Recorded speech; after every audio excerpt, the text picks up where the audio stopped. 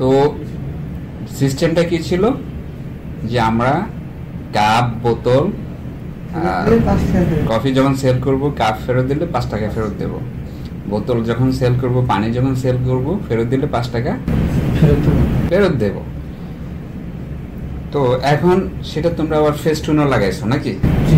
প্রত্যেক দোকানে লাগানো আছে না যে আপনি কাপ বোতল এটা সেটা ফেরত দিয়ে 5 টাকা ফেরত দিয়ে 5 টাকা ফেরত নেন বলছো তো নাকি? এই প্রতিশ্রুতি তোমরা দিচ্ছ তো নাকি প্যাসেঞ্জারকে বা যারা কিনতেছে দিচ্ছ? তো সেই ক্ষেত্রে তোমরা সেটা এই যে আজকে যে আমি হাতে নাতে ধরলাম যে তোমরা উল্টা 5 টাকা বেশি রেখে দিয়ে সেটা আর ফেরত দিচ্ছ না, তো সেটা ভোক্তা অধিকার লঙ্ঘন নাকি?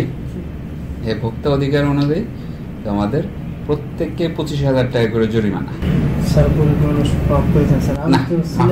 প্রত্যেককে 25,000 টাকা জরিমানা, এবং এরপরে যদি এভাবে যদি ফেরত না দাও, এটা যদি পকেটে নিয়ে নাও, আমি জানি যে এটা মালিকের লাভ হয় না, লাভ হয় তোমাদের, তোমরা কর্মচারীরা উল্টা পকেটে ঢুকে নাও। এর আগে এখান থেকে জেলে গেছে এসব কারণ।